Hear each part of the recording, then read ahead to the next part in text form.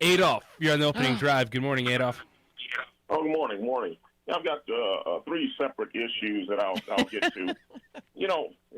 In regard to the stunning recent on the field behavior of Antonio Brown. Aw. I immediately thought back to a similar bizarre behavior incident involving former Vikings defensive end Everson Griffin. Yeah. I know that the Vikings are Marie's favorite team here. And if everybody will recall, Griffin felt that he was under threat from people in his own house when he was, in fact, home alone. Yeah. Now, eventually, he was diagnosed with bipolar disorder. And, I'm not a doctor or anything, but Antonio Brown seems to me to be exhibiting the same kind of similar types of bizarre behavior. I, for one, can only hope that he gets some kind of mental health help here.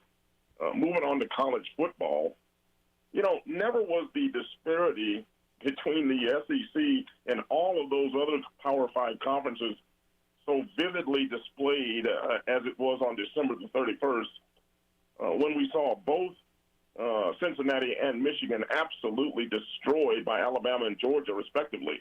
And I wonder if this kind of SEC dominance is actually good for college football's future. The most recent subject here, in regard to the players opting out of playing in bowl games, I have no problem with that because this is an economic decision that one has to weigh the risk of injury versus the available amount of money depending on one's draft status in the NFL. We remember back in the past when Willis McGahee broke his leg, I believe, in the national championship game against Ohio State. And that obviously had a big effect on where he went in the draft. Anyway, I've taken up enough time. Thanks for taking my call. I'm out. I think a really good example is Carson Strong of Nevada, right? And this is a guy who was not recruited hardly at all out of high school, goes to Nevada, put up big numbers. When you watched him play this year, it was clear that he was hurt. He could not scramble a whole lot. And Carson Strong did not play for Nevada in the Wolfpack's bowl game. And I thought it was a really smart decision. It would be negligent if he would have played because he's got a future in the NFL. And this is a rare example of a guy from Mountain West Conference who even has the option of opting out because of what it could mean for his future. I think that's a textbook example of where it's just really, really – I'm glad that he didn't play. He's got a chance to make a lot of money for himself.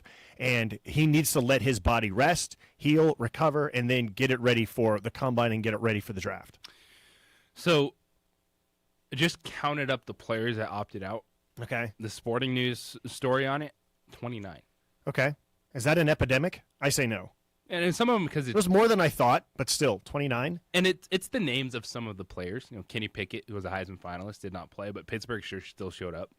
Battled Michigan State. You mentioned Carson Strong. Did not play, but that was... How many total quarterbacks? I'll have to count that. It's Carson Strong, Kenny Pickett. Are the only two quarterbacks that opted out. C.J. Stroud still played. Yep. Bryce Young is playing. Well, he's playing for national championship, but that's a little bit different. But it's 29. I don't think it's an epidemic. I don't think it's destroying college athletics. There's a lot of things that everyone's still figuring out. It feels like a lot at the moment. But I don't look at it and say this generation doesn't love football. 29 players opting out of bowl games. I don't think the system is broken or they don't care about the game. How many total players? Okay, how many bowl games are we up to now? Was it 40? Was it 40 or so? Yeah. Okay, and if there's what? Let's keep the math simple. There's probably more than 80, but let's keep the math simple. That means there's 80 players on a roster, so that means there's 3,200 college. 85 scholarship players. Okay, I'm going to keep the math simple. So 80 into 40, and then you're talking about 29. Yeah, you're talking about less than 1%. That's all right. Yeah, we'll be fine. College football is all right. We'll be fine. 246-0610. It's the Quan's Auto Care hotline. You can send a text. Sports Animal text line is 505-246-0610. That's Josh Hushan, Amory. JJ Buck with you here on 95.9 FM, AM 610, the Sports Animal. Heavy delays. Hi, I'm Joe with Everguard Roofing and Solar, and I'm proud to say I'm standing next to our University of New Mexico Lobo football quarterback, Terry Wilson. We at Everguard Roofing and Solar are active in our community, and we love the Lobos. What I love about Everguard Roofing and Solar is their commitment to excellence, and that's what I'm all about. That's why I support this company, because they care about the people of New Mexico. A hole in your roof or a whole new roof? Go Lobos! Everguard Roofing and Solar are proud supporters of Pro V Sports.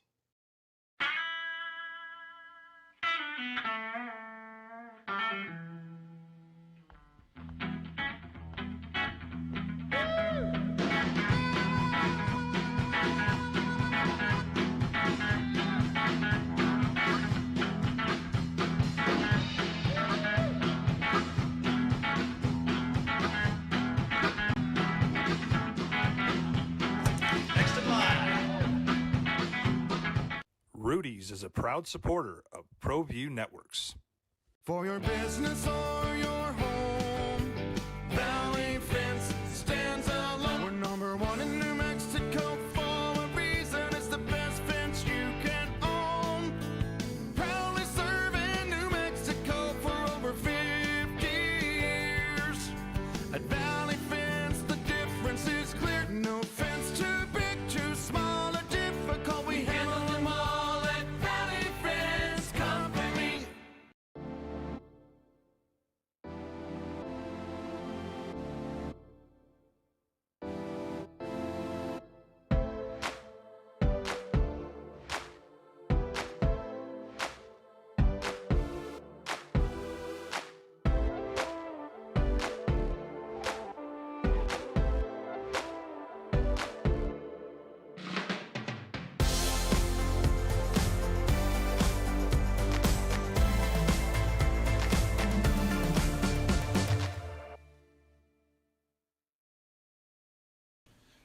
TurboThreads is a proud sponsor of ProView Networks. Almost 30 years of experience means fast service, great prices, and a wide selection of apparel from t-shirts to performance sports shirts, even jackets and hats. They feature low minimums and no setup charges on most orders. TurboThreads is located at 1503 Golf Course Road in Rio Rancho, or find them on Facebook, online at turbothreads.com, or call 999-1234 for TurboThreads.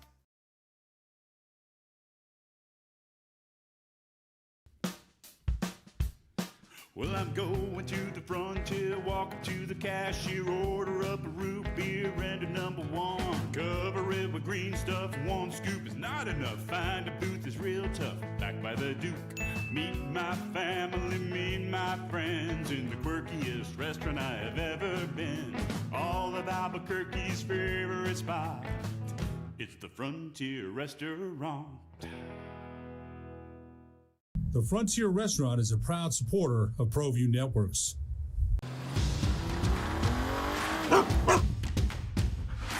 Dreaming about that brand new Subaru? It's been quiet in Major League Baseball while they're in a labor dispute right now. You had some marquee free agent signings, but it's been kind of quiet since then, but it's going to start to pick up, because we're going to start counting down the days. Pitchers and catchers report when. We're going to the warmer climates when. And then we'll have baseball back out there at Isotopes Park Rio Grande Credit Union Field. The voice of the Albuquerque Isotopes, Josh Shushan, hanging out with us on a Monday morning. Amory producing, JJ Buck with you on 95.9 FM, AM 610, The Sports Animal. Adrian holding it down on ProView Networks. You can watch the show Monday through Friday. Comcast Channel 26. You can find us online, streaming over the air, a ton of places to enjoy the opening drive, and we thank you for joining us, as always, in the morning. And speaking of AAA baseball, AAA West is going to be a little interesting this season. Automated strike zone coming in, and you brought up some great points, Josh, about this, and players getting comfortable with it, what it means. But for me, this is what you want, is you want to experiment it with it at a level. AAA, the talent, what these games mean for players being one step away, and then it's the data that you get from this. AAA West versus AAA East. Let's go. Let's see how it works out this season. Yeah, so credit to James Yodis from the Albuquerque Journal. He, had a pretty good scoop recently in which he talked to Warren Schaefer and Jordan Pacheco about this, and Pacheco had a very high publicized called strike 3 against him when he was a player just last year when the pitch was nowhere close to the strike zone. And so there's certainly some issues that need to be resolved. I'm like you. I think that this is what the minor leagues is for. It's a place to learn. It's a place for players to learn, for umpires to learn, for broadcasters to learn, for media to learn, and it's a place to learn about new technology and whether that can make the game better. Last year, the automated strike zone was used in what used to be called the Florida State League. Now it's called Low A East or something like that. What the numbers showed, pace of play was up, games took place faster, walks were down, strikeouts were down, balls in play were up. And that was the result of the automatic strike zone. What they also found is that when the strike zone was set up in sort of what we would consider a traditional height and bottom and corners, and then the second half of the season, they made it a little bit wider on the corners, and they shrunk down the strike zone from the top and bottom a little bit. And when they made it a tiny bit wider, that led to even more balls in play. Fewer walks, fewer strikeouts. The hitters and pitchers both adjusted when you could get a call a tiny bit more on the outside than if you could at the bottom or at the top of the strike zone. And this is how you learn. This is how you figure out, is this going to make the game better? We've had a pitch clock at AAA since 2015. Remember the first year? Oh my gosh, there's a pitch clock. How distracting is that going to be? Well, number one, the umpires didn't enforce it as much as they should. But number two, by the third inning, you forgot that it was there the first time you went to a game. And so I think that whenever you can implement changes in the minor leagues, you see if it works, you see what unintended consequences result from it, so you can figure out the system better. And then by the time that you implement it in the majors, most of the dudes in the majors dealt with it when they were in the minors, so it's not a shock to their system, as it would be if you all of a sudden made everybody have to learn this on the fly. Now, I'm really excited to see how this plays out because of everything that you just mentioned. Is this going to work for the game? Is it needed? The technology, there'll always be an adjustment, but if there's investment in it at the highest level, then you're going to get positive results. Yeah, things can go wrong. Yeah. It happens. And it's going to be awkward at times, especially the first week in each new ballpark. Trying to figure it out. But right? The communication between whoever's in the press box. It's bringing jobs. You need, what, two new people? Yeah, I'll be curious to see how fast it goes. And even as a broadcaster, I know that a lot of times you just trust your own eye, and then you kind of look at the umpire's body language, and sometimes an umpire's a little bit slower in calling things. And so you kind of have to wait so that you don't get caught saying the wrong thing. So we'll see how fast the communication is from the press box down to the umpires, things like that. I'm fascinated to see. I can't wait to see what exactly it looks like, how accurate it is, how it does change the game. The other thing, even just from like an argument standpoint, the number of times that a game is actually slowed down because someone's arguing. Well, now what are you going to do? Argue, yell at a computer, right? Point to some mystery computer up in the press box and get mad at it? Where's that computer? I want to yell at this robot. Right. They're smashing the printer. Yeah. But look, the technology is only as good as the humans who program it. And so this is how you learn. This is how you learn exactly what it is. And, I've never liked the whole idea of, you have to learn the umpire strike zone. Why? A strike zone should be a strike zone. The whole, you got to, this umpire calls him low, or this one, this umpire leans over this shoulder, and so as a result, he can't see the outside corner as well. Well, that's a problem. The strike zone should be universal. And so let's use the technology, see what works, what doesn't work, keep making changes to it, and hopefully let's make it a better product. Yeah, and it's the little things like when you have it programmed, how much of a percentage of the ball in the zone counts. Mm-hmm. As a strike, if you catch 51% or more of the ball in the strike zone, is that going to be a strike? Like the technology that's available, you can figure that out. Like they're going to find a way to make it work. And I do think it was fascinating too, reading the story that James Jodas did on it about how they do scan the players in. Mm-hmm. So you're going to get scanned, so your strike zone does change, which it should, based on your height and everything, and then how that is relayed. I think it's fascinating. But I think a lot of this too comes from just the way that the game is produced at the highest level. Like if they never put a strike zone on TV, would we even be at this point with talking about an automated strike zone? I agree with that. And just because there's a box on your TV screen doesn't mean that box is always correct, right? Now, to be clear, I still don't want an automated strike zone in the major leagues yet. Yeah. I'm glad that it's not there yet. I might get there at some point, but I'm very excited that it's going to be used in the minor leagues, especially that it's going to be used at our ballpark and that we're going to get to see it. At this level. Like, this is where you need to implement. It's great if it's like independent league, floor, like this is. And they've done that for a couple of years now, yeah. Right? They started at that level, and now it's going to go up to AAA this year. It's awesome. This is where you find out if it has the potential to affect the Major League game. And you look at some of the changes that we've seen. Are there any that you really don't like so far? Or have most of them been okay? Let's see. Okay, well, let's break down the different. Okay, so there was a lot of different rules that were implemented at different levels, right? So we had bigger bases at the second half of the year at AAA, and unless you knew that they were bigger, you would not have noticed the difference whatsoever. What players told me is that it felt like there was going to be fewer collisions at first base, especially when the pitcher is covering on a 3-1, grounder to first or ground ball to the right side, and the pitcher's got to get over. It felt like there was more room for everyone, so there'd be less collisions, and I'm all for that. There's even a faster pitch clock in the old California League. There was the automated strike zone in the old Florida State League. There was one level where you couldn't do the Andy Pettitte, where you raise your leg and hover and look over at home plate and then throw over to the pitcher. You'd have to physically step off the rubber and then throw over. So that was a rule at one league. There was another rule that once you threw over twice, if you threw over a third time, it would be a balk unless the runner's going.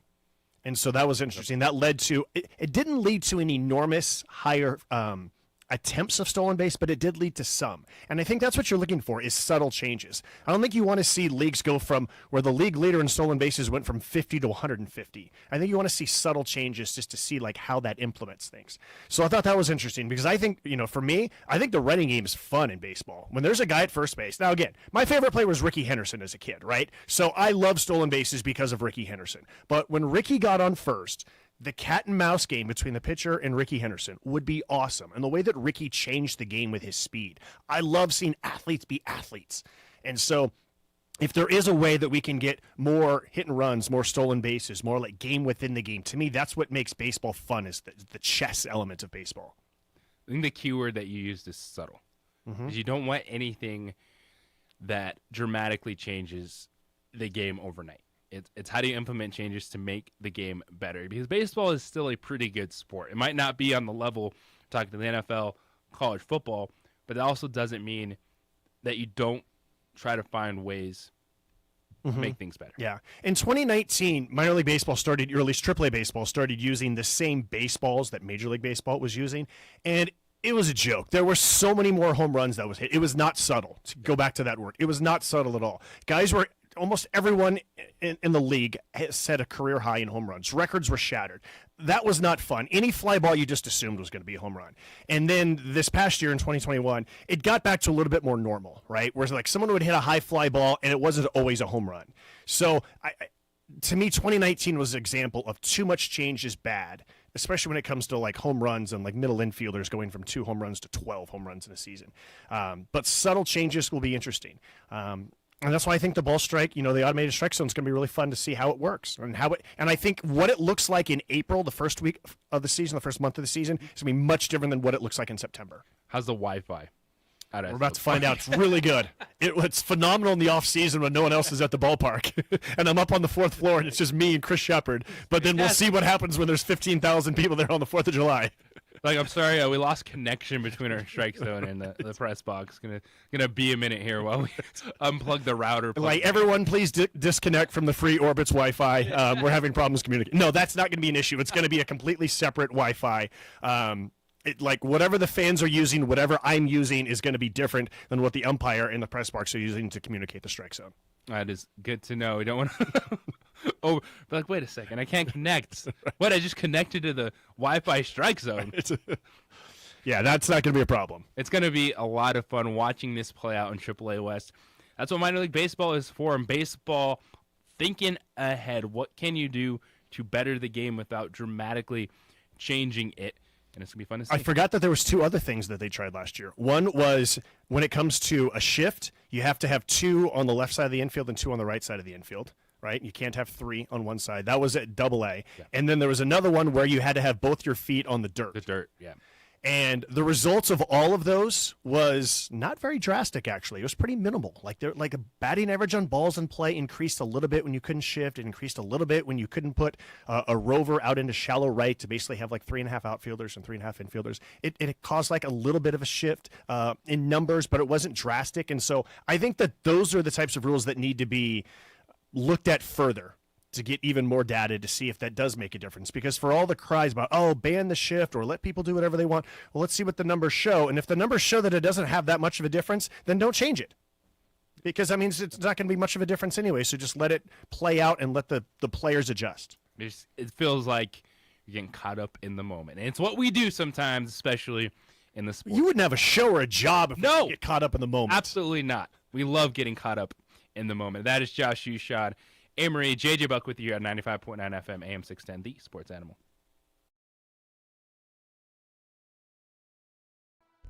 I prefer to do stuff online. I can find things much quicker, do the research I need, and have it shipped or waiting for me to pick up. The Shop by Payments option was perfect for me. I got online, clicked on Shop by Payments, put in my down payment and monthly budget, and the guessing was done. From the laptop, I was able to nail down the bike I wanted, add a few customizations, and get an estimate on my trade-in. High school sports are back. You can watch every ProView Network broadcast online on the NFHS network. Every moment from every game from every sport, including all NMAA state championship games. Get your monthly pass now. Just go to ProViewNetworks.com, click on the NFHS logo, and sign up today. Watch New Mexico's best. The energy landscape is limitless and ever-changing. Cleaner energy resources are crucial to New Mexico's environment. For 100 years, PNM has utilized cutting-edge technology and employed hard-working New Mexicans to ensure that we have consistent, reliable energy when we need it. For life's loudest moments, quietest moments, and every moment in between. We're dedicated to providing you with energy now and into the future. All you have to do is dream of what to do with it next. I'm Ben Lucero, president and owner of Indigo Mortgage. We are a locally owned and operated mortgage company right here in New Mexico. This means your loan officers and processors are right here to serve you. Our mortgage divisions include residential, commercial, construction, reverse mortgages, and VA mortgage loan. Indigo Mortgage, because nobody cares more about your mortgage loan.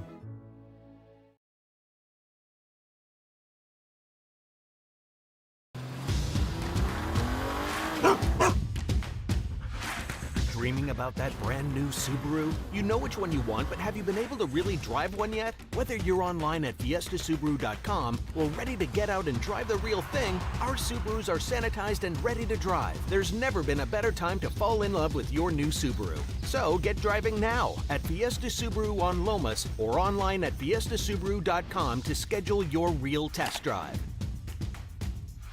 Don't sacrifice quality of flavor when you're in a hurry. Golden Pride offers ribs, fried chicken, green and red chili breakfast burritos, and Frontier Cinnabons. 4 great locations, or visit us online at goldenprideabq.com. Golden Pride Barbecue Chicken and Ribs, proud supporter of ProView Sports Network.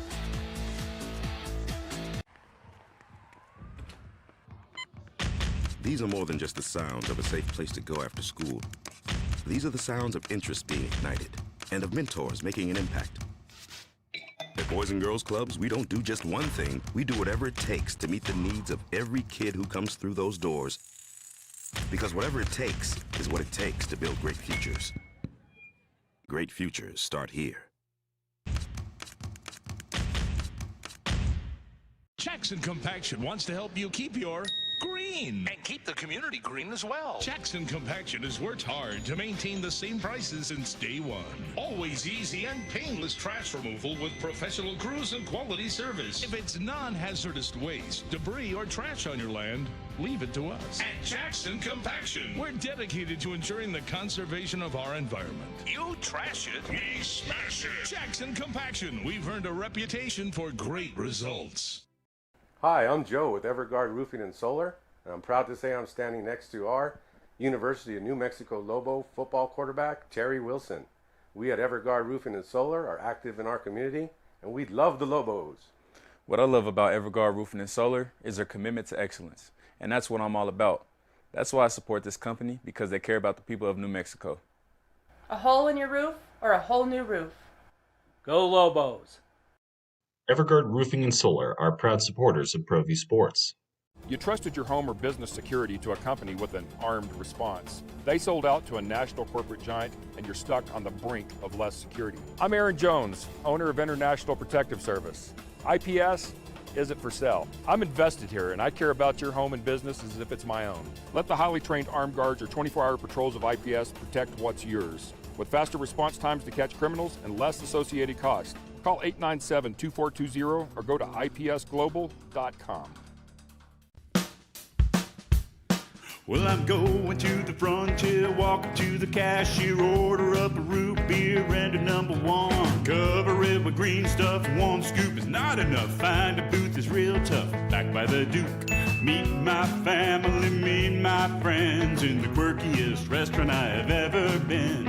All of Albuquerque's favorite spot, it's the Frontier Restaurant. The Frontier Restaurant is a proud supporter of ProView Networks.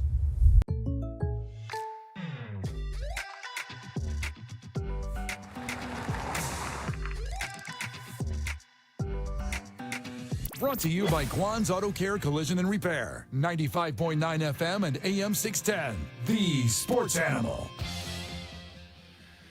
Certain things are so obvious in games that refs are messing up. Why aren't they fixing it? It doesn't make any sense to me. To me, we're playing more against the refs than we are other teams. That is Dallas Cowboys linebacker Leighton Vander Esch on the officiating. How much is he going to get fined? Just get in line. They're going to be sending a lot of FedEx envelopes to Cowboys Stadium. Cowboys lost to Arizona yesterday. What a game by the Cardinals. They did not turn the football over, stepped up defensively. That was a heat check for the Cowboys. Not a reality, just a heat check for Dallas. Yes. A reality check was Miami going to Tennessee on their winning streak and going, Oh, boy. We're not this good. Right. We're not a playoff team yet. And they were eliminated from the postseason. That was a reality check.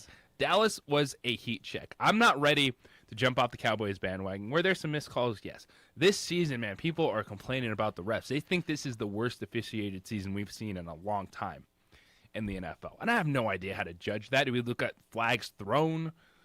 Because everybody thinks their team is getting slighted. Whether it's, we have this many players out, they're making us play a game.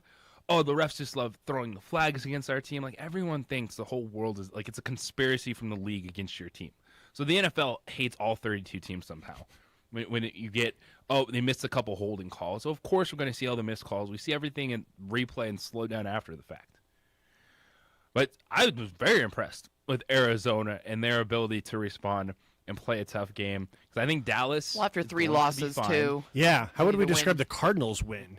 If it wasn't a heat check, if it wasn't a reality check, it was a... It was a kind of got to win game for It was a kind of got to win game. And without James Conner and their boy Hopkins. So it was maybe a put up or shut up kind of game. Mm-hmm. And now they're okay. Because I was all over the Cardinals for a while. On the road. I was all in on the Cardinals. You had to be. And then it was like, oh, yeah, the way that Kyler Murray was playing, the defense, even doing it without J.J. Watt. And then like, oh, yeah, okay. Cold weather. Here come the Cardinals fading again. Nope. All right. And it's this league where week to week, man, we want to power rank everything. We want every Sunday to be the end all be all. And we react to it, but it's just not the end all be all. Now, the one thing I am starting to buy in a little bit, maybe the hesitation on Jeff Simbietta's Rams. One Stafford at Baltimore. Looks a little off. He looks a little off. So Matthew Stafford has a little. thrown 4 pick sixes this season. Is that a lot? Jared Goff, in 5 years as a Rams starter, threw 4 total. Really? Right now, that investment is not paying off.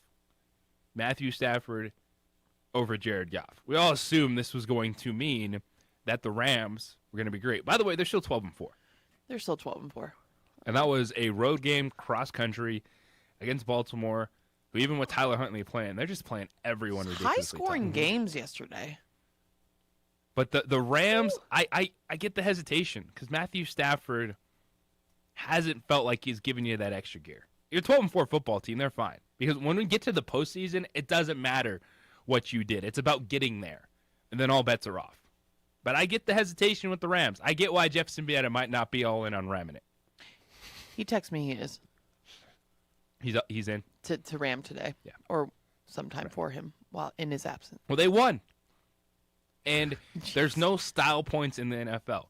We talk about style throughout the week. That is what we do. But when it gets to the playoffs, you're not going to care if the Rams only beat Baltimore by 1.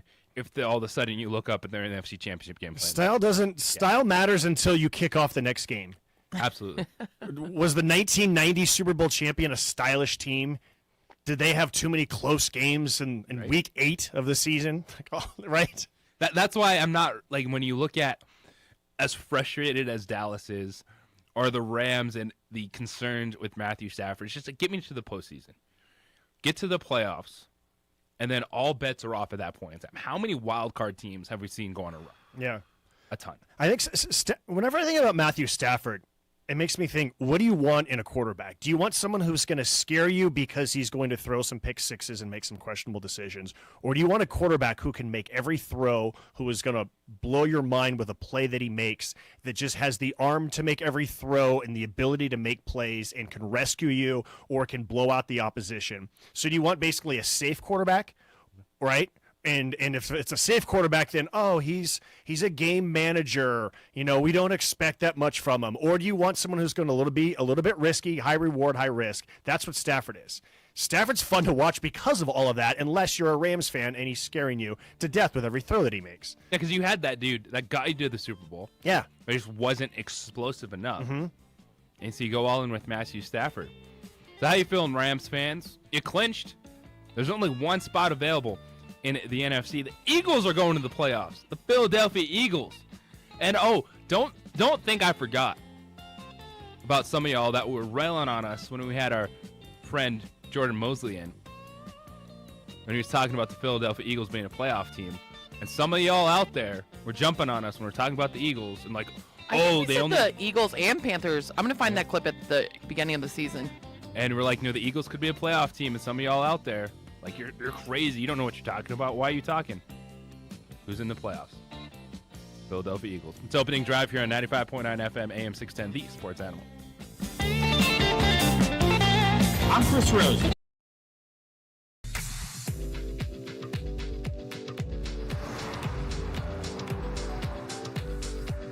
For your surprisingly great rates, contact your local State Farm agent today.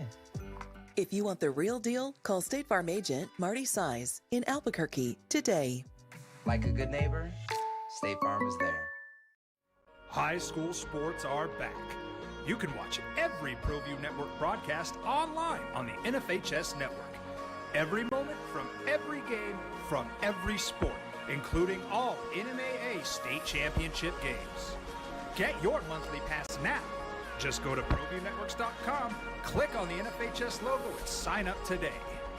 Watch New Mexico's best. When looking for the best experience while buying an all-new Kia, Fiesta Kia offers some of the most knowledgeable and friendly Kia specialists in New Mexico. They'll help you find the Kia that will meet all your expectations. Kias have some of the most affordable vehicles for you to choose from, offering extensive options and style for the price. And with a 10-year, 100,000-mile warranty, Kia won't be beat. Come be a part of the Fiesta family today, 7400 Lomas Boulevard Northeast, or start driving now at fiestakia.com.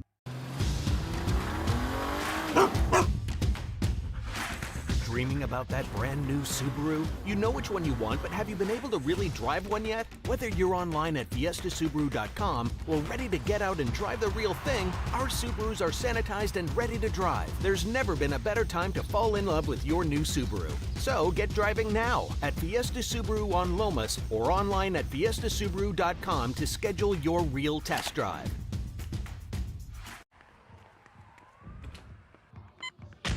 These are more than just the sounds of a safe place to go after school.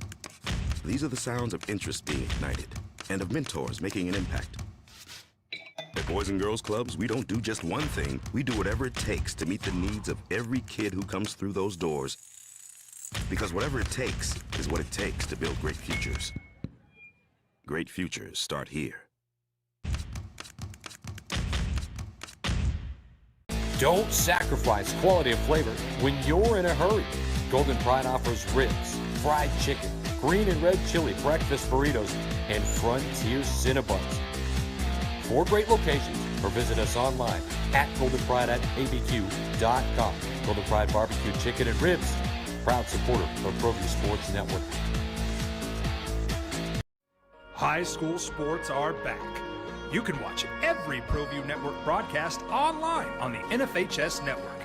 Every moment from every game from every sport, including all NMAA state championship games.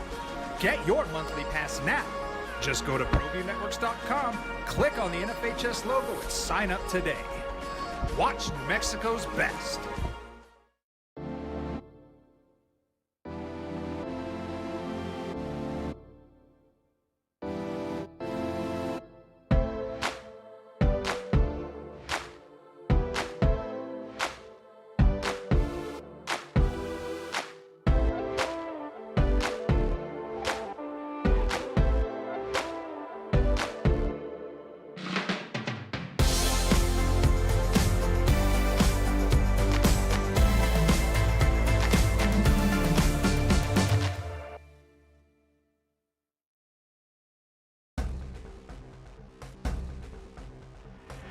Burglary takes place in the United States approximately every 15 seconds.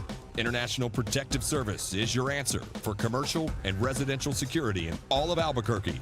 IPS will work with your monitoring company for fast, reliable response times. You can rest easy knowing you, your family, or your company, even if they're not that proud of us.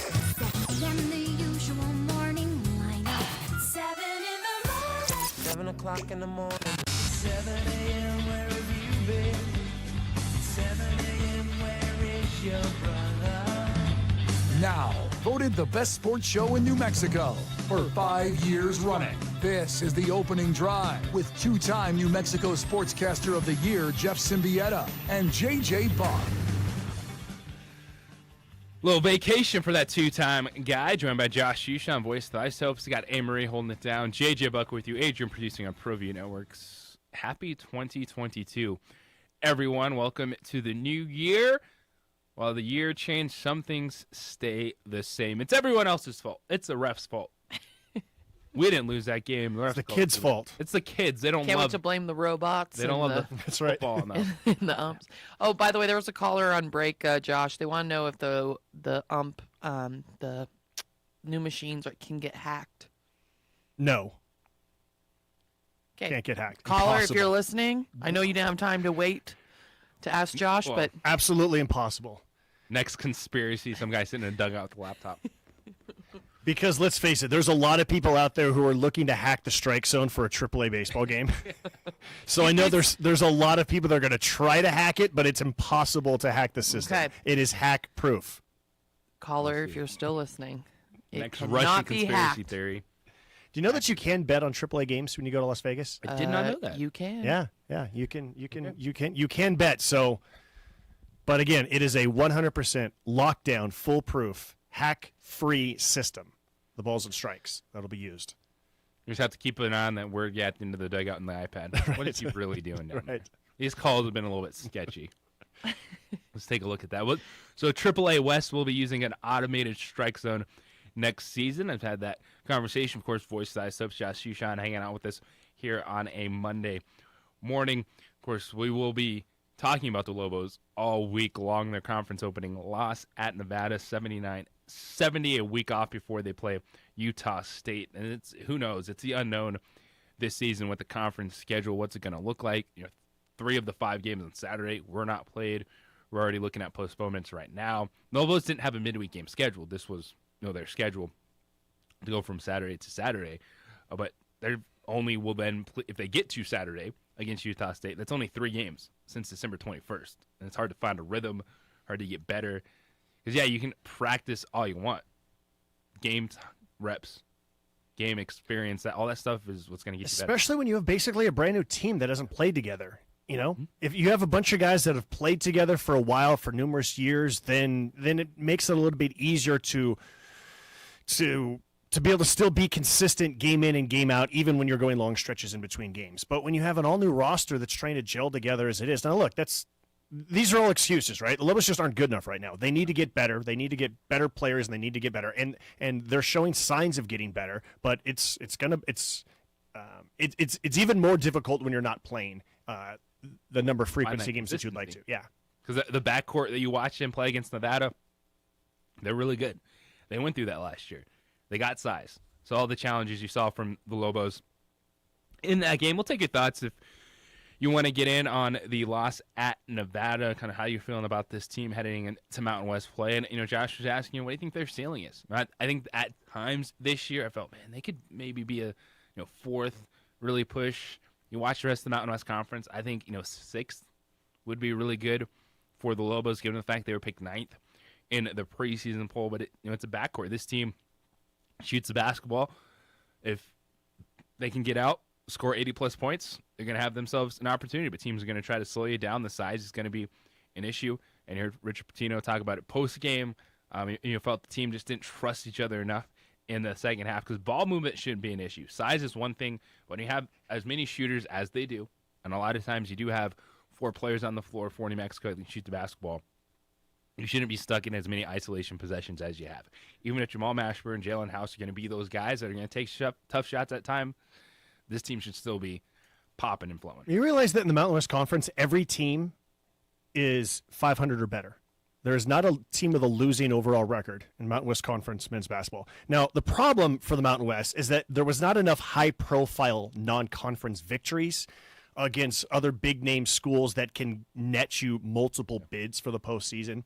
But because everyone's overall record is still 500 or better right now, that does give the Mountain West a better opportunity to get at least 2, if not 3 or 4 teams to get into the field of 68 now. And so I bring that up because as we're thinking about, okay, what's the ceiling for New Mexico? Well, how good is the conference and how good are the Lobos? That makes it a whole lot harder to get 4th place, 5th place. Maybe the ceiling is 6th or 7th based on how good the conference is. But it's also really hard to tell. Look, Colorado State's 10-0. Good for them. They still have, who have they played? And who are they going to play between now and the end of the season? So I still don't know how good teams like Colorado State are. Even how good Boise State. How good is Boise State? But the bottom line is, from a win-loss standpoint, which comes down to your non-conference scheduling, from a win-loss standpoint, the Mountain West way above 500 collectively. Yeah, look at Colorado State. The 2 games that pop off, they beat Creighton and Mississippi State. Those are good wins. Those are not spectacular wins, but those are good wins. They're just Fumble. It happened. It happened again. Not just to Jeff. Dang it. Freaking microphone. And now you have to cradle the microphone like a baby. Cradle the microphone. Be gentle with it. They haven't played. When was that Mississippi State game for Colorado State? We're sitting here talking about the Lobos. Was that not right after Thanksgiving? Or right around Thanksgiving weekend or so? What I want to say. The Basketball Hall of Fame Classic, I think it was that Saturday of Thanksgiving weekend, was the last time Colorado State's played a basketball game. I'm surprised that's been a minute. Because they had then a game against Tulsa canceled, the UNM postponement. They're supposed to play tomorrow. But was that one of the games that was canceled or not yet? I was just looking it up, and then I switched the screen in order to look at the standings. So talk amongst yourselves. Yeah. We'll get back to you here. But speaking of about 20 seconds. Playing games, just trying to figure out how good Yes, they're going to play. They're scheduled to host Air Force tomorrow. Okay, so Colorado State's finally on stadium on the court tomorrow against Air Force, and that's the thing. Just get on the court. Yeah. See what happens. Because the Colorado State's a good basketball team, and right now you're looking at Colorado State and San Diego State are tournament teams from the Mountain West. Yes. And then to your point, just kind of at least the league not tanking net rankings-wise, could a Nevada, a Wyoming, Boise State maybe play themselves into that first 4-in type of game? This is where also, when it comes to San Diego State and the overall conference numbers for the Mountain West, the Aztecs need Arizona State and Georgetown to be good because they beat those 2 teams. And if those 2 teams fall apart, then those don't look like good wins. But if those 2 teams do win, it makes the Aztecs look better. And then that makes everyone else in the conference look better too. Because if you beat the Aztecs, then it makes you look better. Or if you lose to the Aztecs, it doesn't look as bad. So I always find that it becomes so interesting how you schedule, good win against Arizona State, good win against Georgetown, and then they fall apart, and then it doesn't look like as good of a win. And so even now when I was bagging on Colorado State, who have they played? Do they really beat anyone good? We'll know in 2 months whether they actually had any good non-conference wins. But that's where it just all becomes. That's why I just love talking about the Mountain West, like collectively, because I want the conference to do well. I want every team to be good. I want games to matter. I want top 25 matchups between the teams, and that only happens when you aggressively schedule in non-conference. And sometimes it's going to look really bad. You're just going to lose a bunch of games, and it's really hard to schedule against teams because they don't want to play you. A lot of times, the only way that you're going to play the Power 5 conferences is by going to their place or finding a neutral court site. And most of the teams do it as well as they can, but they still don't win enough of those games. Because if you start, and that's the challenge, because if you start winning those games, you might not get as many of them, but that's what you need to do for someone to want to go play at your arena. Yeah, there was a time there where it was tough for the Lobos to schedule. No one wanted to come to the pit because they knew they would lose. Now it's tough to get teams to come to the pit because it doesn't help them if they win. What an interesting balance. Right? Like, we don't want to play you because you're too good. Now we don't want to play you because you're not good enough to help us. Enough for the record. Yeah, and be good but not too good. And with the Mountain West too, I think a lot of that is, we've seen, we know UNLV can be good. We know the Lobos can be tournament teams, and so it's that frustration when they've kind of had, you look now 4 or 5 years of average, below average basketball. The Mountain West is always as good as New Mexico and UNLV. Right, because the Aztecs are now at a point where they're just going to be consistently good. The Mountain West is as good as New Mexico and UNLV. It's fine when Colorado State has good years and Utah State's had a nice little run and Wyoming sometimes has a run or Boise State. The conference is as good when New Mexico and UNLV are good. Those two programs have to be good, and when they are, the Mountain West is phenomenal. But when the Lobos and Rebels are down, the conference just doesn't have a lot of juice, unfortunately. Because of the fan base, you get energy. Yep. Thomas and Matt can be popping. Mm-hmm. The pit, it's popping. Even in the down years, you still look at it, and Lobos are always right there, second in attendance. And loudness, always there. So we'll see what Mountain West play looks like this season. Finally get Colorado State back on the court tomorrow night. The Lobos, still growing, still learning. Tough loss against Nevada. And really the final score wasn't indicative. That second half was all Wolfpack. At one point in time, the Lobos were shooting 17% from the floor in the second half. They're down by 18. They hit a bunch of three-point shots late in the second half, it made it a 6-point game with like a 40 minute and a half left. You're like, oh, okay. Let's go. Wolfpack has some work to do, but they held on. And I think your Saturday night's game at Nevada, a potential top 3 team in the Mountain West, is the challenge for the Lobos. Can they, for 40 minutes, compete and have the effort they did in the first half? Because that effort in the first half, allows them to overcome some of their deficiencies because they're playing hard. They're moving the basketball. All right, might get out rebounded at that time and give out some post play, but you have the guard play, which you should be able to score. On the other side, they weren't quite getting the same effort in the second half. You credit Nevada because they did turn it up defensively, forcing isolation basketball, forcing tough shots. And then a team like New Mexico that is so perimeter oriented, it's going to look that much worse because they're not going to be able to grind through a lot of situations like other teams would that might have more size, more ability inside. December 31st and January 1st college basketball games are always really interesting, right? Because it's around the holiday, the new year. People want to go out and have fun on New Year's Eve. I think it really becomes who is really mentally focused. Jeff Grammer had a great note in his Emptying the Notebook about how often the Lobos have played road games on December 1st over the years. They've only had one time in their history that they've played a home game on January 1st. They've played a ton of road games on January 1st. And so, look, you're in a hotel on December 31st, and lights out is probably 10 p.m., right? And the rest of the world is like having a blast at midnight, and then you turn around and whether you're playing, which is also, I think, San Diego State's day game victory on January 1st was that impressive at UNLV on the road. You're talking about college kids.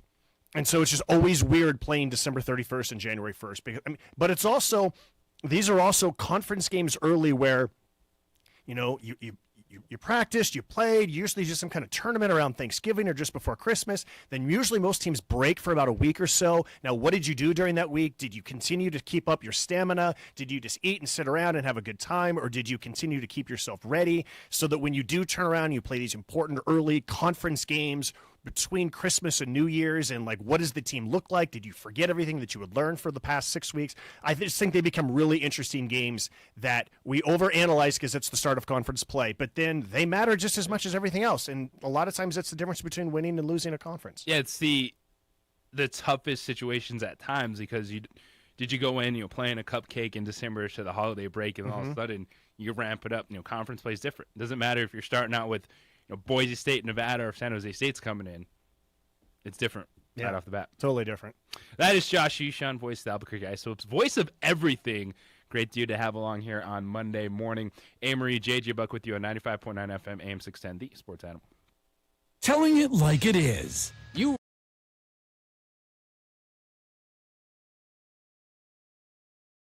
The energy landscape is limitless and ever-changing. Cleaner energy resources are crucial to New Mexico's environment. For 100 years, PNM has utilized cutting-edge technology and employed hard-working New Mexicans to ensure that we have consistent, reliable energy when we need it. For life's loudest moments, quietest moments, and every moment in between. We're dedicated to providing you with energy now and into the future. All you have to do is dream of what to do with it next. Well, I'm going to the frontier, walk up to the cashier, order up a root beer and a number one. Cover it with green stuff, one scoop is not enough. Find a booth is real tough, back by the Duke. Meet my family, meet my friends in the quirkiest restaurant I have ever been.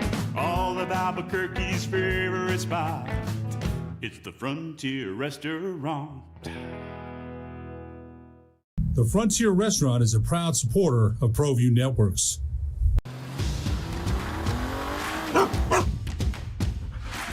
Dreaming about that brand new Subaru? You know which one you want, but have you been able to really drive one yet? Whether you're online at fiestasubaru.com or ready to get out and drive the real thing, our Subarus are sanitized and ready to drive. There's never been a better time to fall in love with your new Subaru. So get driving now at Fiesta Subaru on Lomas or online at fiestasubaru.com to schedule your real test drive.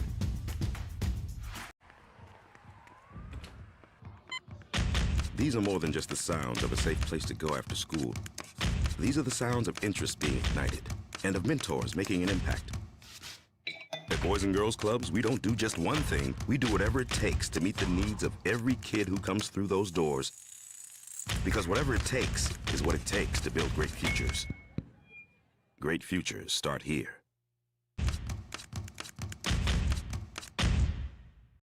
High school sports are back.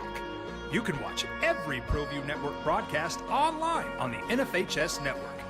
Every moment from every game from every sport, including all NMAA state championship games. Get your monthly pass now. Just go to ProViewNetworks.com, click on the NFHS logo, and sign up today. Watch New Mexico's best.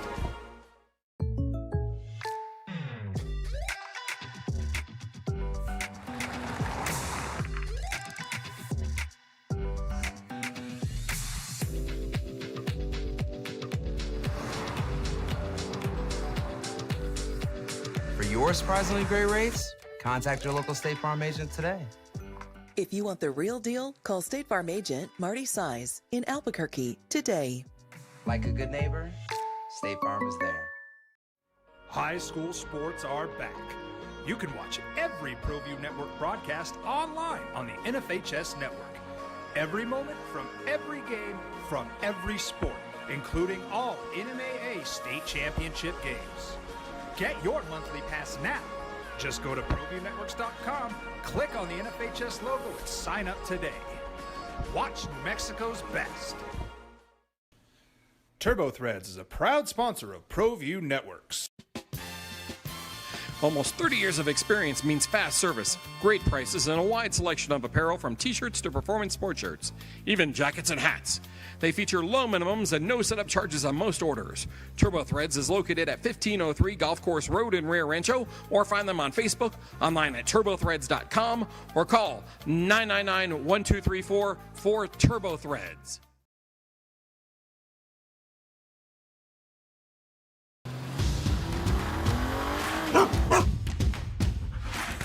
dreaming about that brand new Subaru? You know which one you want, but have you been able to really drive one yet? Whether you're online at fiestasubaru.com or ready to get out and drive the real thing, our Subarus are sanitized and ready to drive. There's never been a better time to fall in love with your new Subaru. So get driving now at Fiesta Subaru on Lomas or online at fiestasubaru.com to schedule your real test drive.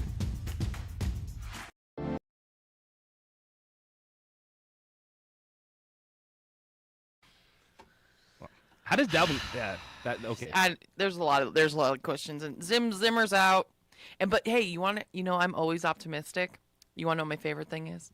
That was probably the last time the Vikings had to play Aaron Rodgers at Lambeau in a Green Bay Packer uniform. Don't be so excited about that. That is optimism. Don't get your hopes That's up. all I keep hoping for. That will be the last time. You hope. A girl can dream. But even going in, all right, Sean Mannion's starting. They're playing at Lambeau Field, and he didn't practice all week because he had COVID protocols. I mean, he did not even touch. He didn't practice this week. But it's already hard to find 32 of those dudes who are good enough to start. Let alone when you start getting QB 50 or 60 on the depth chart. But it's one of those things. Like I always wonder, like what happens? Like Sean Mannion. He's been around for a while. He's got all the tools. He's got the size. Don't third-round know pick. if people know that he's been around. He was drafted in 2015. But I always wonder too, like, what is it with some of these guys? Like Sean Mannion. Let's just say, all right, here's your resume. I'm Sean Mannion. What are you good at? Well, I can see over the offensive line and I can catch a snap. I can throw a really tight spiral from over the top, like really good form. Quarterback coaches love him because of his form. And that's a cutoff line. For me, 6'6" is pushing. If you're taller than 6'6", you ain't going to be a good quarterback. I agree with that. He had more rushing yards than Dalvin Cook last night, okay? And that's a joke, everybody, because Dalvin Cook only had 13. Yeah, Dalvin Cook, he could have had 20 carries and it wouldn't have mattered. I know, but I'm just... Because if you're Green Bay... You're stacking the box. I'm not putting safeties back Of course there. not. Well, I thought it was going to be not a shootout. I thought it was going to be a run out because it's just how cold it was and Lambeau and both these defenses, Green Bay and Minnesota, were good defenses who give up big plays. Aaron Rodgers. Yeah, well, no, he likes the cold. He can throw. They can throw. And Maybe catch he'll just go to fine Denver. in the cold. Maybe he'll go to Denver, JJ. I had a random thought about Aaron Rodgers. I was watching him last night. So quarterbacks in the NFL, they look out to the defense and they have their hands in the pocket where it's warm. Why is it that everyone in society does not have the same hand warmers and like the pockets, right? We have hoodies that have pockets, but they're not like insulated and super warm. I feel like that's an invention that's been around in the NFL for a long time, and not enough non-NFL people are able to take advantage of that. I think it's a stigma of like the fanny pack. Like I don't care about stigmas. I want to be warm. I want to be warm. I'm right there with you. Yeah. I'm at the point where I don't need to look cool. If it's 15 degrees outside, I want to not feel like I'm about to die. I would make that a giveaway item. The first 50,000 at Lambeau get the same technology that Aaron Rodgers gets to stay warm. And warmer. Yeah. That's a great idea. That's my marketing idea for the day. Look out, Albuquerque Isos fans. Maybe. Oh boy. If there's a sponsor that wants to pay for it, we'll absolutely do it. If you want to sponsor a hand warmer giveaway, we will absolutely make that happen. Isos will make that happen. But can I go off on a slight thing here about Lambeau and home games? Yes. Amarillo, for your betting and for everyone else's betting out there. Let me drop some knowledge on you. Keep this in mind. Home teams this year in the NFL, not talking about the spread, I'm just talking straight up. Home teams in the NFL are a combined 9 games over 500. That is it. And the Green Bay Packers are 8-0, which means that the other 31 teams in the NFL are a combined 1 game over 500 at home. So when it comes to home field advantage and thinking, I'm not sure who I'm going to bet on or who I think is going to win this game, when in doubt, go with the home team. Nope, it's a coin toss. At least it's been a coin toss in the regular season. There's only one division in which every team is over 500 at home, and that is the AFC North. Bengals, Ravens, Steelers, Browns, all above 500. All the other divisions, there is one, if not multiple teams. The NFC East has 3 teams under 500 at home. And they got 2 teams in the playoffs. And actually, if you subtract the Bucks and the Packers, because the Packers are 8 over and the Bucks are 5 over at home. So you subtract those two, that's what? 8 and 5, that's 13, which means that everyone else is -4 at home. Wow. The other 30 teams in the NFL are 4 games under 500 at home. Not even against the spread, straight up. That's what matters, win or loss. So there's 2 home field advantages, basically. The Packers and the Bucks, and that's it. And the Packers feeling good that they're going to have to bring everyone into Lambeau. We saw last year, Tom Brady went in there. Yep. That warm Tampa Bay Bucks from Florida and beat them. Yep. So It can be done. Right on. And this season, it's just about getting through the playoffs because you have no idea what's going to happen once you get there. Yeah. Nope. I mean, I'm worried about the Raiders. It's like, oh, we got home field advantage for this winner get-in game against the Chargers. And the Raiders are 4-4 at home. How are the Raiders 9-7? Because they've won 3 straight games by 9 points. That is one of the most wild things. You look down and you're like, wait a second. They're finding a way to survive. And so, Marie, because you're a Vikings insider, but you're also our Colts Our Colts aficionado. insider, because I watch every snap of the Colts now. You watch every snap of the Colts with your Happy significant future other husband, happy life. Is that what the on the saying is? weekend. What happened? Like, you can't have Carson Wentz not complete a pass in the first quarter, and then after the game say, "Oh, I was sluggish," but me being positive for COVID and not practicing all week had nothing to do with it. I think it did, man. I think it absolutely does. I think it got you a little bit worse than you expected. What did we talk about earlier? I know you said there's big break between games, but not practicing all week is going to affect your game. Yes. So, Practice. So we were talking earlier about like winning ugly and style points and all that. The Colts and the Raiders have the exact same record. Okay, they're both 9-7. The Colts' point differential is plus 101. Wow. The Raiders' point differential is minus 68. And this was the first time JT broke 100 yards and they didn't win. That's like a stat that if JT has more than 100 yards, they usually win. Another thing I've noticed with the Colts since I watch them exclusively now is they don't convert. They force turnovers. Their defense is great. But they don't convert them into points. It's the challenge of you have just the get by guy, and it's what we get caught up in, and it's the quarterback position. It's everyone wants the eliteness, the get by guys never get enough, but then you fall into situations like this. Like when your get by guy. I mean, they have the weapons. Game you look that much poorer than the other guys that have the extra gear, extra ceiling, which is why you take a chance on a Matthew Stafford over a Jared Goff. He has everything too.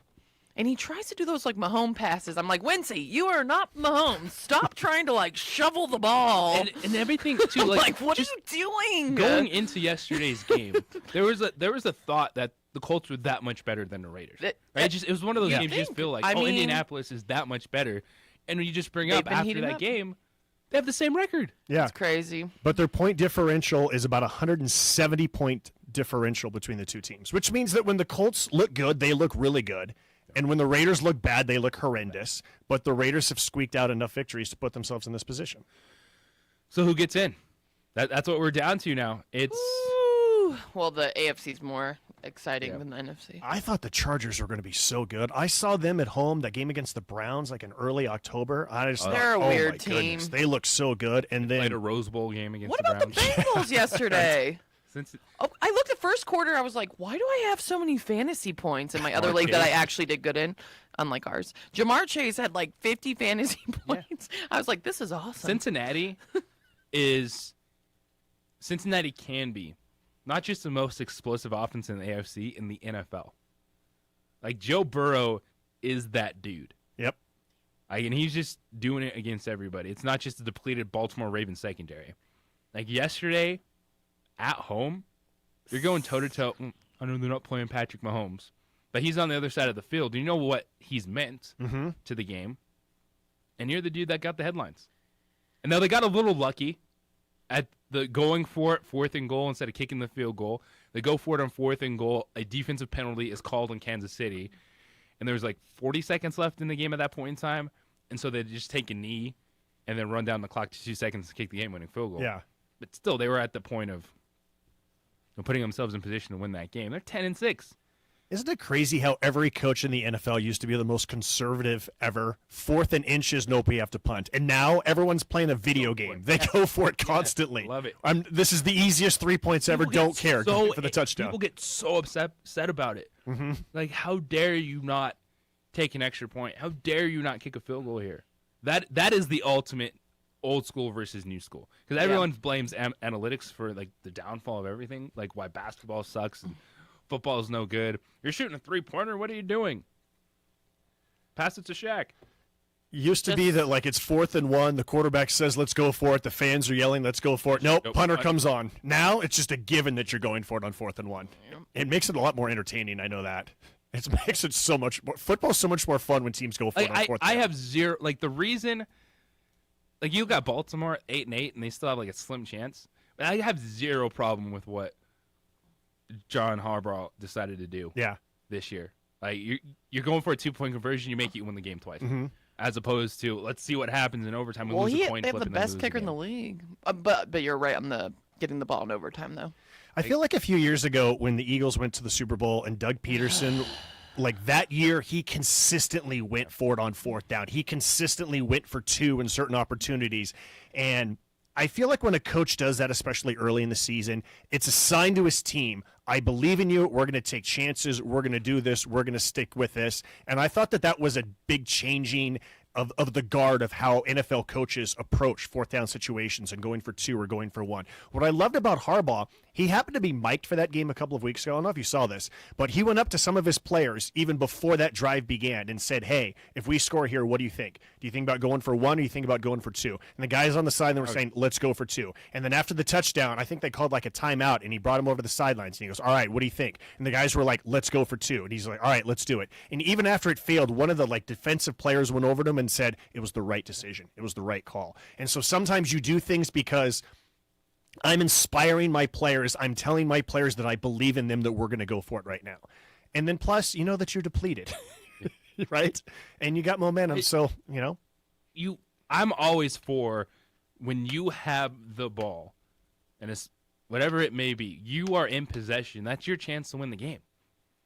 And if it's one play at the very end, go for it. And yeah, after the fact, you don't make it. People are going to question, "Oh, you went for it too many times on 4th down here.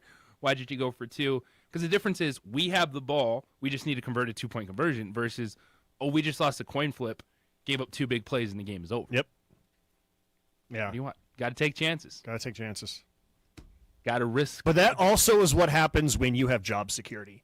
Yes. Harbaugh has job security. He has won enough with the Ravens. He has there's stability in that organization, GM ownership. They believe in him. He's not coaching week to week he's not even coaching year to year for his job, although maybe things will change now, but I doubt it. I think that he has enough stability and job security that he can afford to make those decisions. It's a lot like Mike Tomlin, that conversation where the Ravens' bad years are not, they don't bottom out. Like they've been playing with Tyler Huntley at quarterback, and they almost just beat the Rams. Yeah. They have like the best 5-game losing streak ever. Just like at one point in time, we had the best 1-win team, the Detroit Lions. The Ravens have the best 5-game losing streak in the NFL. That is Josh Hughes, Amarillo, JJ Buck with you on ProView Network. It's the 95.9 FM, AM 610, the Sports Animal. Can you beat the pros? Packers. High school sports are back. You can watch every ProView Network broadcast online on the NFHS network.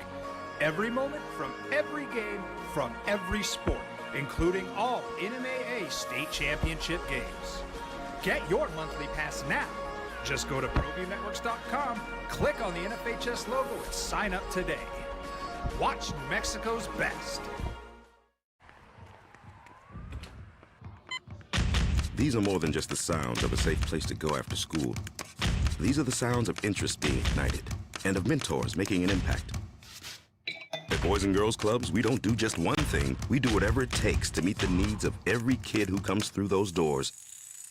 Because whatever it takes is what it takes to build great futures. Great futures start here.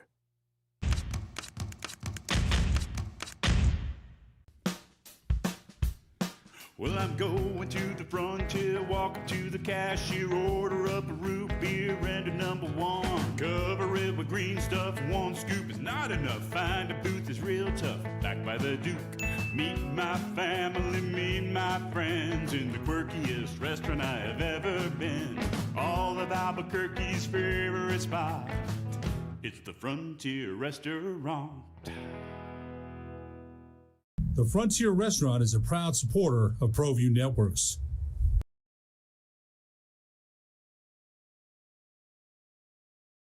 This is 95.9 FM and AM 610. The Sports Animal.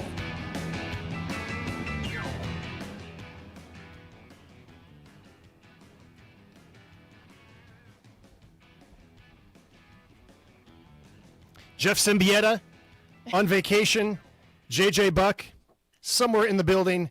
Josh Sushon with you.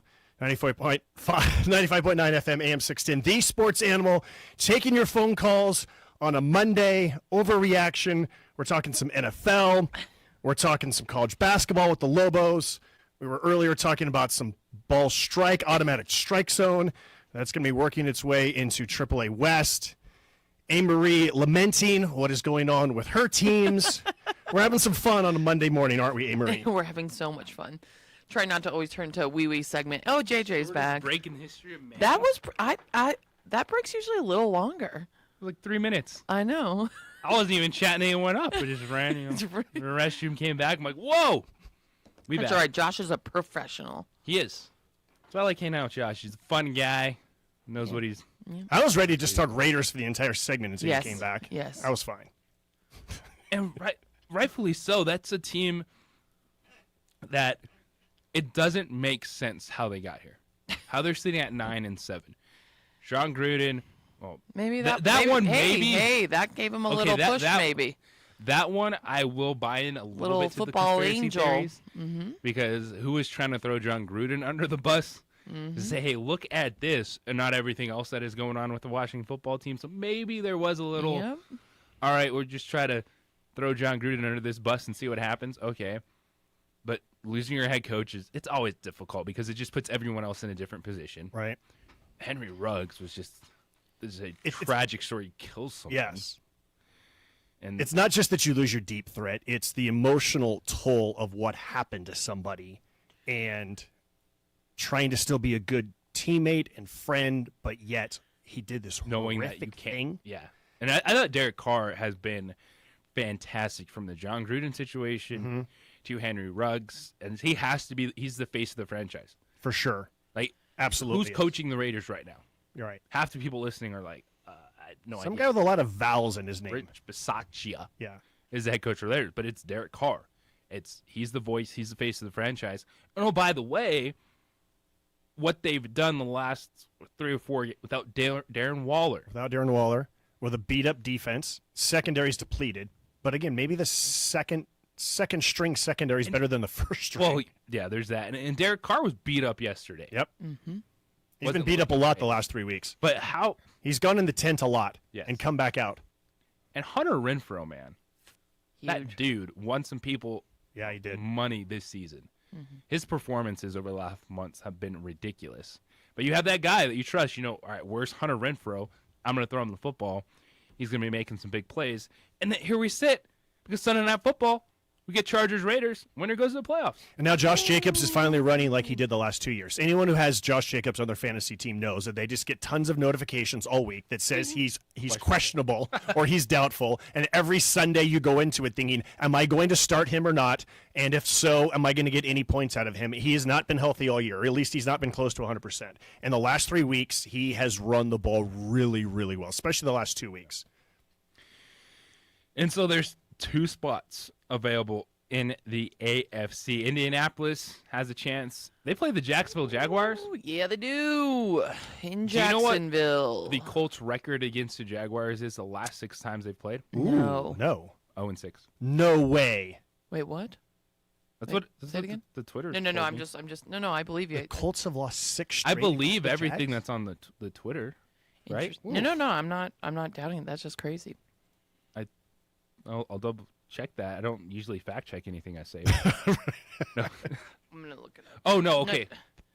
Yes. I was gonna say Fact check. So since 2015, the Colts are 0-6 when playing the Jaguars in Jacksonville. in Jacksonville. That makes sense. Well, Okay, that there we still go. doesn't And where's make the game sense, this week? but Jacksonville. In Jacksonville.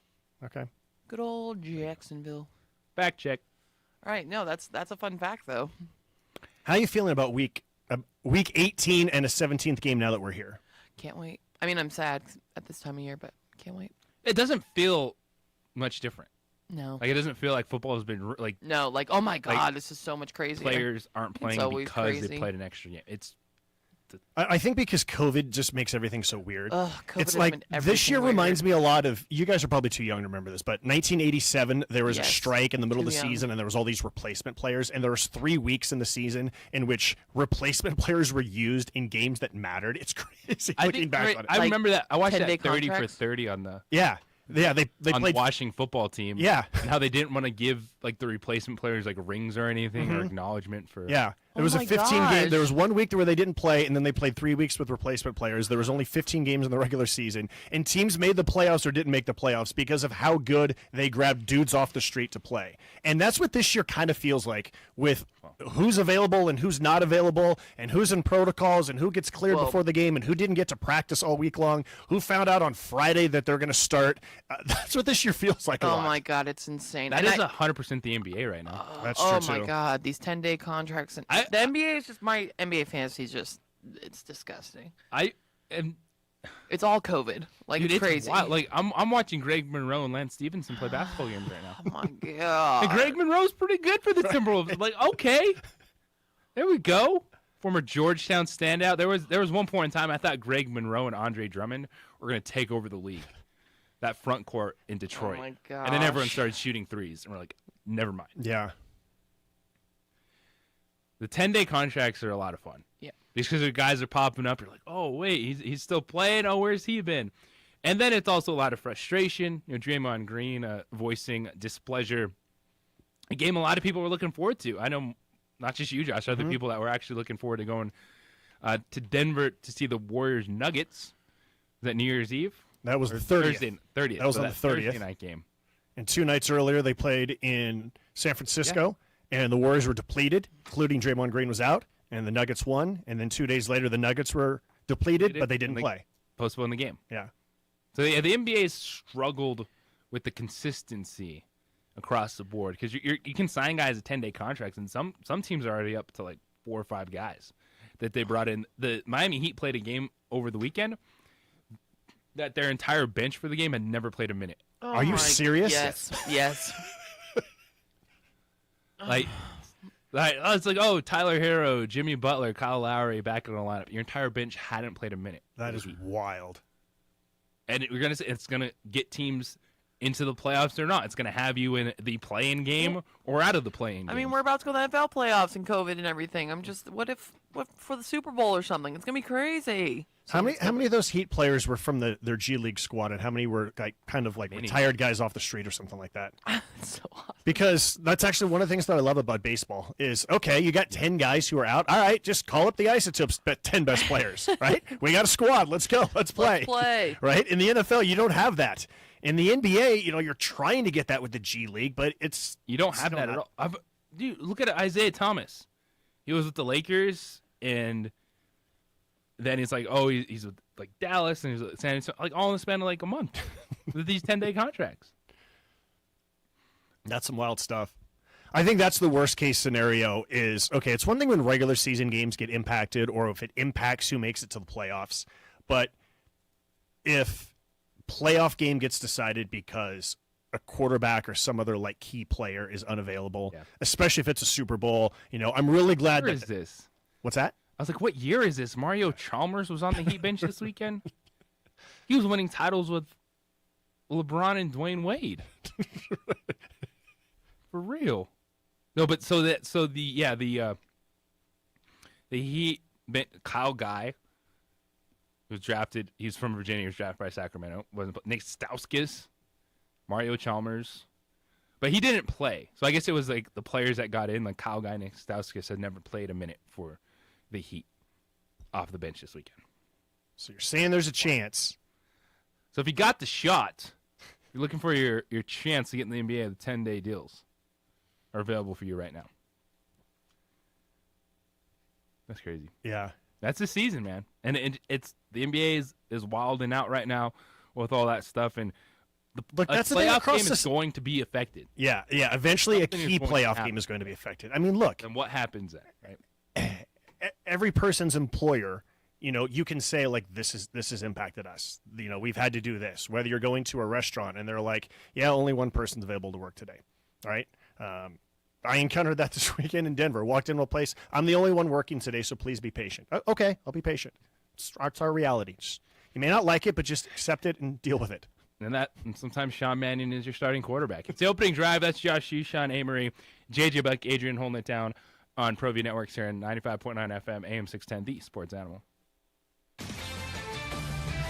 This is former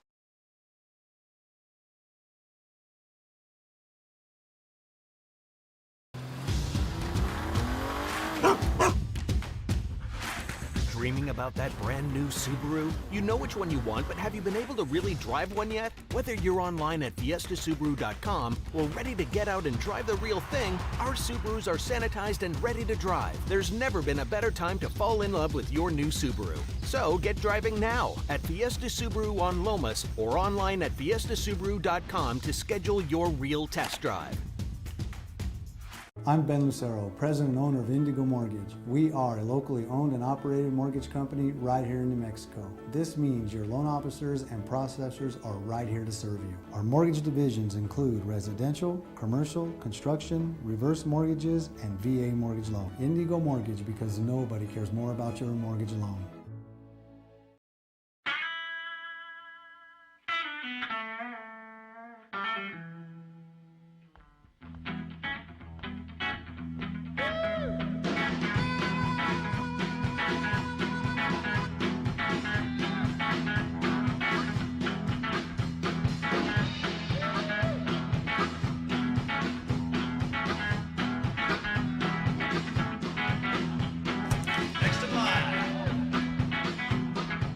Rudy's is a proud supporter of ProView Networks. Don't sacrifice quality of flavor when you're in a hurry. Golden Pride offers ribs, fried chicken, green and red chili breakfast burritos, and Frontier Cinnabons. 4 great locations, or visit us online at goldenpride@abq.com. Golden Pride Barbecue Chicken and Ribs, proud supporter of ProView Sports Network.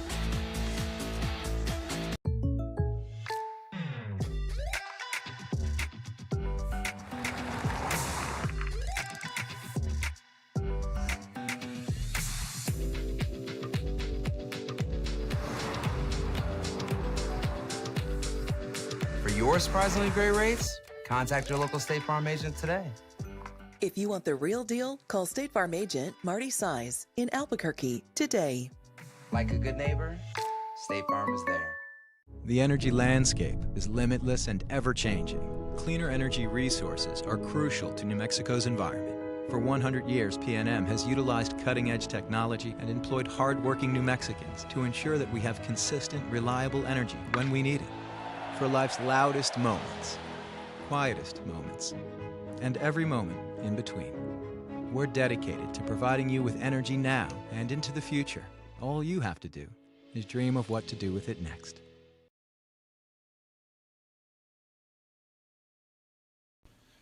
TurboThreads is a proud sponsor of ProView Networks. Almost 30 years of experience means fast service, great prices, and a wide selection of apparel from t-shirts to performance sport shirts, even jackets and hats. They feature low minimums and no setup charges on most orders. TurboThreads is located at 1503 Golf Course Road in Rio Rancho, or find them on Facebook, online at turbothreads.com, or call 999-1234 for TurboThreads. I prefer to do stuff online. I can find things much quicker, do the research I need, and have it shipped or waiting for me to pick up. The Shop by Payments option was perfect for me. I got online, clicked on Shop by Payments, put in my down payment and monthly budget, and the guessing was done. From laptop, I was able to nail down the bike I wanted, add a few customizations, and get an estimate on my trade-in. Hi, I'm Joe with Everguard Roofing and Solar, and I'm proud to say I'm standing next to our University of New Mexico Lobo football quarterback, Terry Wilson. We at Everguard Roofing and Solar are active in our community, and we love the Lobos. What I love about Everguard Roofing and Solar is their commitment to excellence, and that's what I'm all about. That's why I support this company, because they care about the people of New Mexico. A hole in your roof or a whole new roof? Go Lobos. Everguard Roofing and Solar are proud supporters of ProView Sports.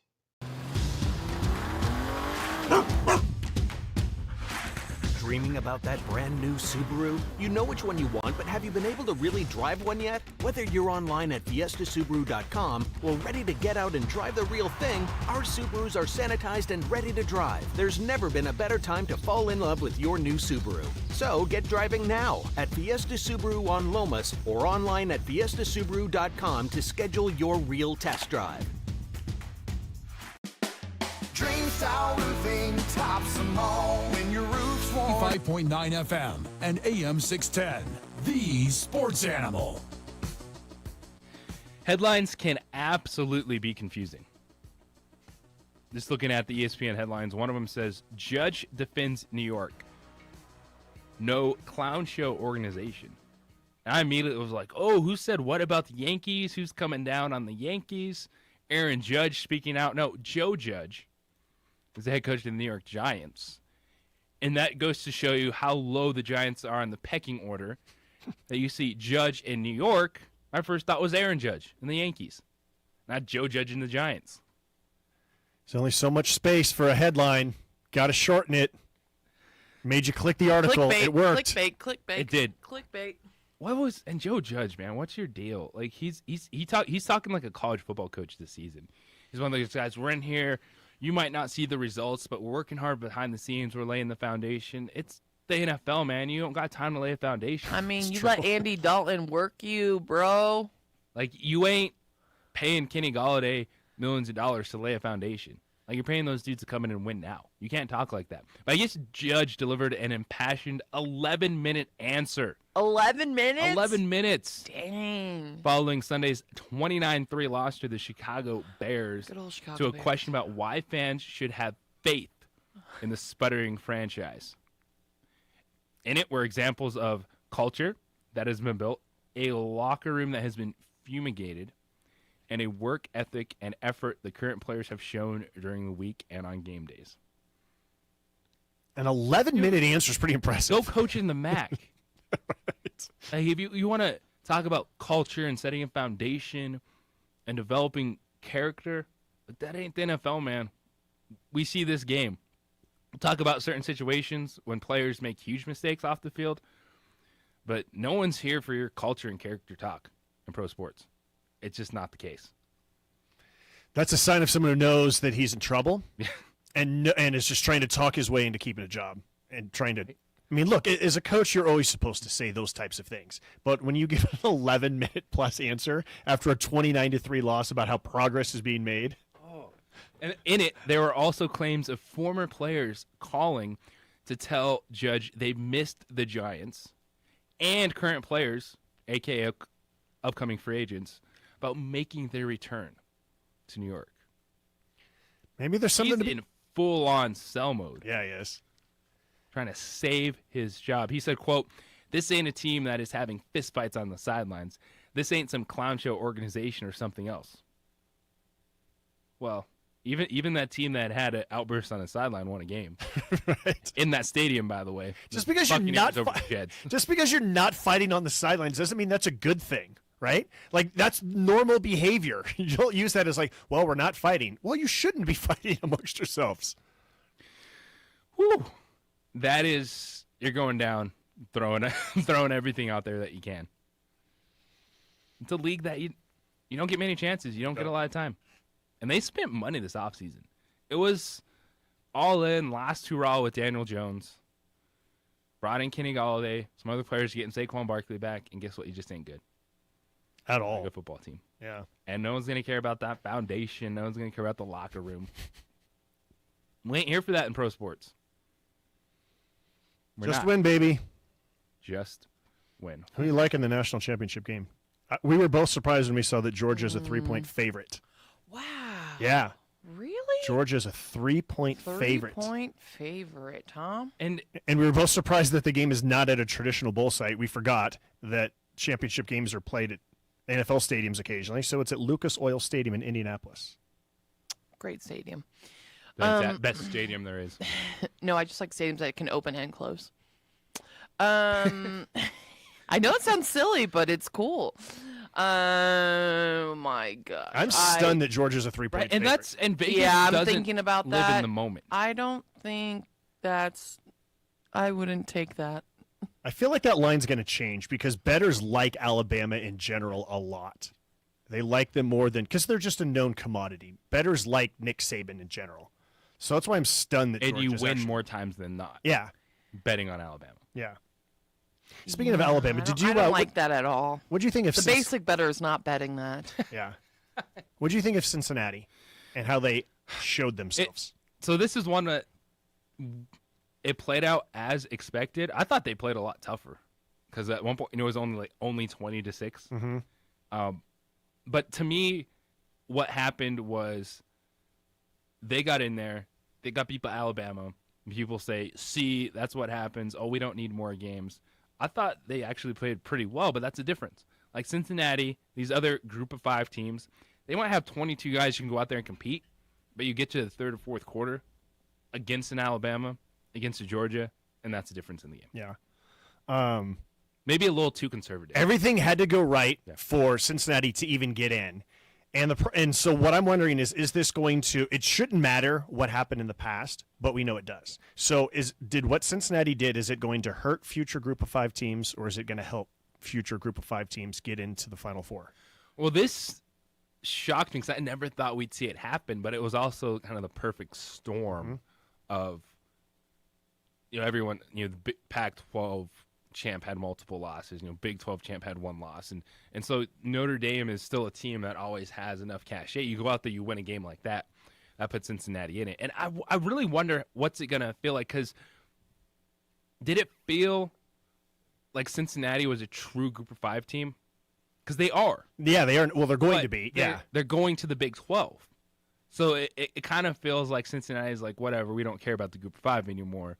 We get this opportunity, and we should be back because we're going to go to the Big 12. Right.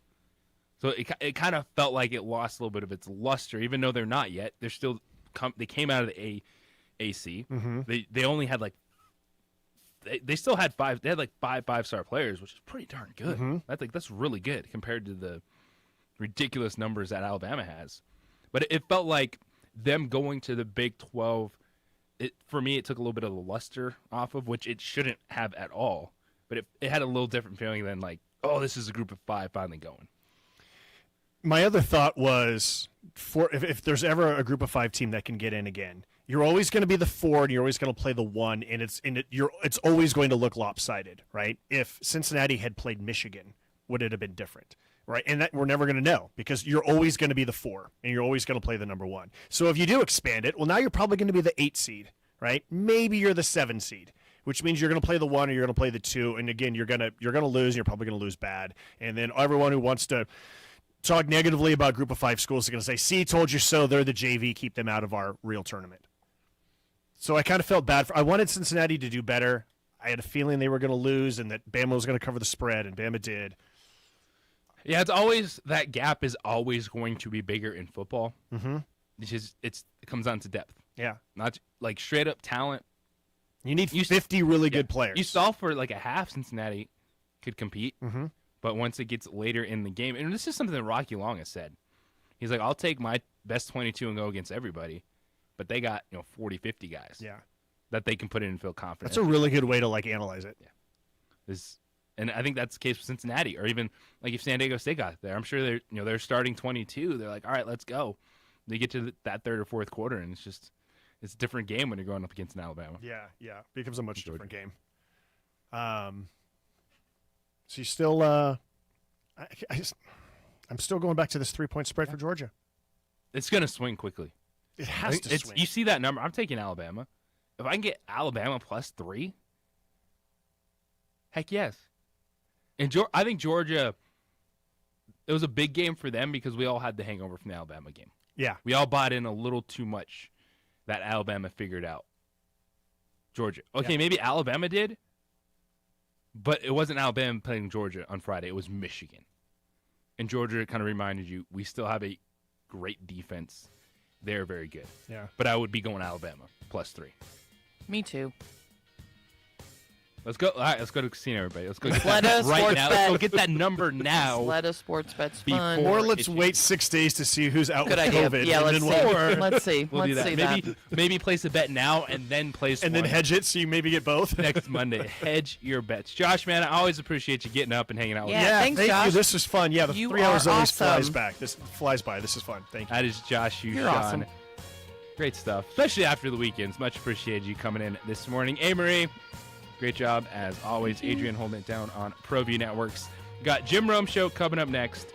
Colin Cowherd at 1. 2 men on, and then UNM women's basketball. UNLV. Who's on the mic for that one? It will be myself and Nikki Ekroth Labato with you at 6:30 here on The Sports Animal. Everybody, Metal World, peace and love. Have a great day. High school sports are back. You can watch every ProView Network broadcast online on the NFHS network. Every moment from every game from every sport, including all NMAA state championship games. Get your monthly pass now. Just go to ProViewNetworks.com, click on the NFHS logo, and sign up today.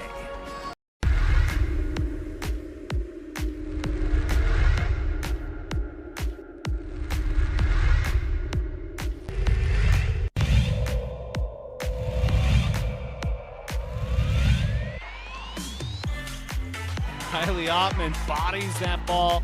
Ava Love, wide open bucket. She drifts through the air and knocks it home. So out of the corner, no. Nora with the rebound, quickly gets it ahead to Louise. In transition, the left-hand layup is good for Luciano Webster.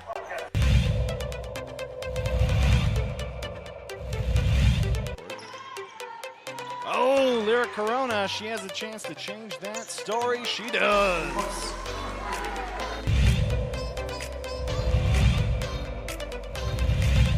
Diaz now with the ball. It's a 3-point lead. Montoya, she tries to equalize. Boom!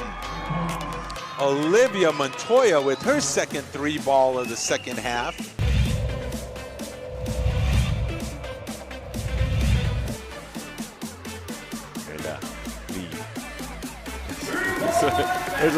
There's an assist from half court on the inbounds pass.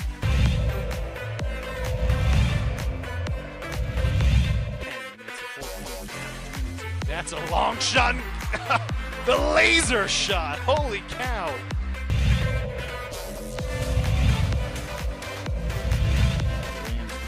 Defense closes down quickly. Garcia Romero for 2.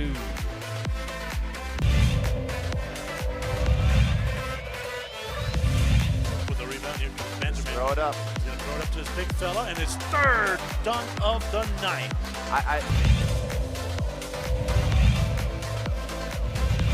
Hey, remember, Greg Brown doesn't have any timeouts. They get it into Hill. Hill's going to have a chance to win it at the horn. Yeah! He does it! Hill bangs in the 3, and the Hawks win it 60-59.